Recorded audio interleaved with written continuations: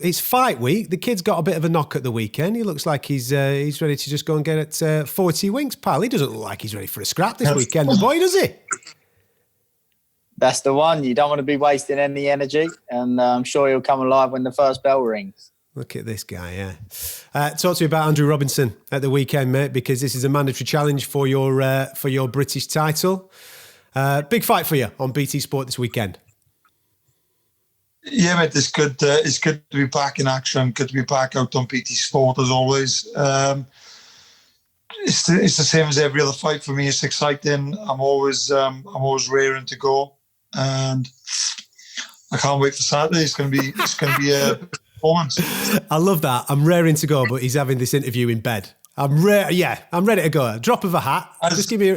As Ben said, I need to just save every bit of energy because I'm going to need it to put on that big performance Saturday.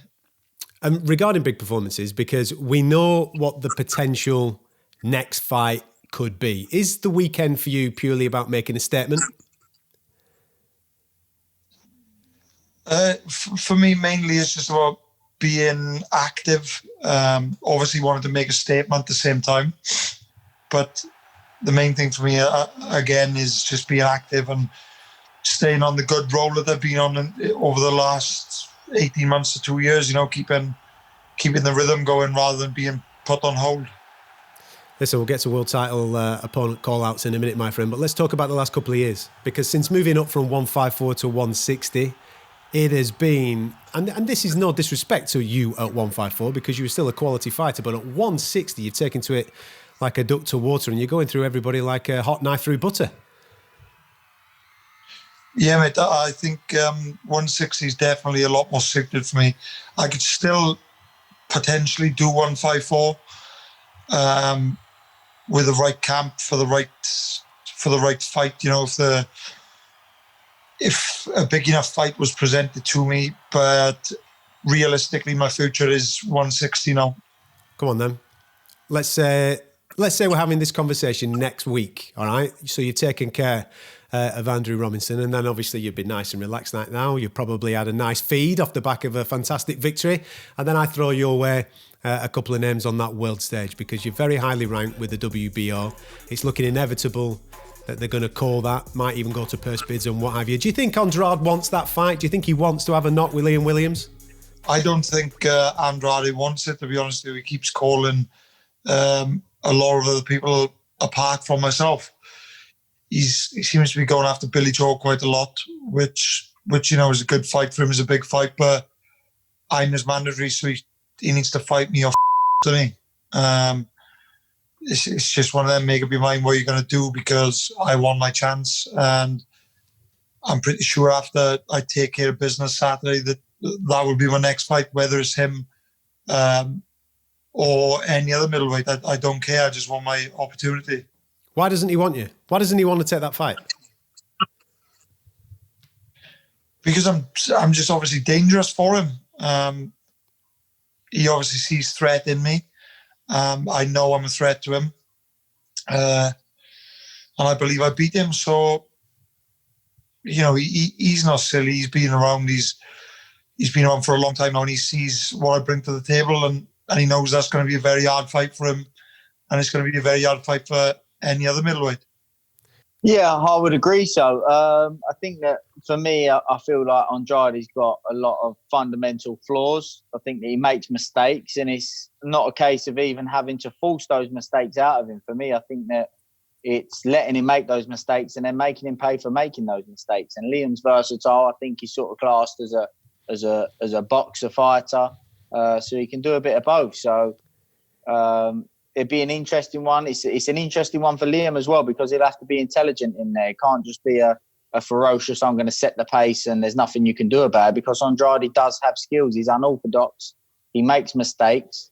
But, you can't be giving him mistakes to capitalise on, because he'll capitalise on them. And that's world-level boxing. So, it's both fighters, I'm sure, have the capabilities to beat each other. It's how they go about it, and who capitalises on whose mistakes and who forces those mistakes out of each other. Liam, we recently asked our audience on social media, out of all the middleweight champions currently standing, which one would you like to see Liam Williams fighting the most? I honestly believe that one half your family and half of Wales has voted on this because I think they all want a trip to Vegas for Canelo, mate. So Canelo's right up there. Everybody fancies a little bit of knock on that one.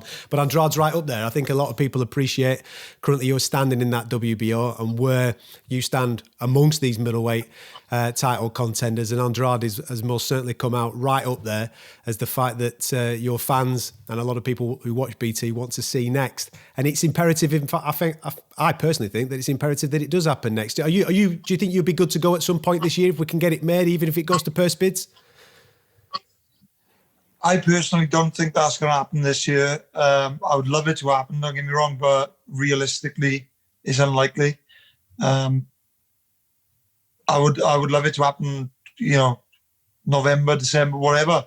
I know I'm going to go and take care of business Saturday night. I'm ready. I'm raring to go. I know I'm going to go and get a job done Saturday. Give me another 4 to 6 weeks afterwards, and I can be ready to go again. There's also a British option there. I know you mentioned Billy's name earlier on. I'm not going to put Ben on the spot because I know the pals. But what about Chris Eubank Jr.?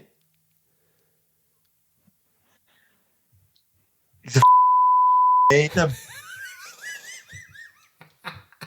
I'd love nothing more than to punch his face in, And you know what? I can't really even... It's probably a little bit harsh because I can't really put my finger on the exact reason for me taking a dislike to him. He's not everybody's cup of tea, is he? And I just personally can't take to him myself. But look, it's not a personality contest. It's how good you are fighting and how skillful you are. So let him do his thing, and hopefully in the future, maybe near future, we could possibly face each other. And I think if and when we do, it'll be a very good fight. It would be an interesting one. I mean, I've definitely seen Chris Eubank Jr. trying to work on his game and make improvements on his game. And even in the DeGale fight, there was a lot more thinking from him. So it'd be an interesting one. I know he's sort of known as this brawler, but against Groves, he went on the back foot. Against Billy Joe, the first 6 rounds, he was on the back foot. So it's an interesting one. It's definitely one that I'd like to see. And you can imagine, I would imagine anyway, the second half of that fight would really get going and be definitely a classic. Hopefully you come through it. Hopefully you get the job done. And then that dream fight for the world title, hopefully it's Andrade or any of the others we get to see in the not too distant future. Listen, I'll let you get some sleep now, mate. You look like you're ready to go. In fact, I'm sending Dom round with your guitar. Is that all right? Is he all right to just nip in and just keep a few tunes going? You know what? Dom is actually due to come round anyway to bring me my food. Is it? So we might as well bring the guitar with him. Yeah, that's it. We'll get him. We'll send him round, mate. You know what I mean? You could maybe he can do the ring walk. Maybe he can serenade you on the way in. I know we'll have to think about that. Top man. Liam, go well this week. Enjoy it, mate. And we're looking forward to seeing you do your thing at the weekend. Take care. Take care, lads. Ta.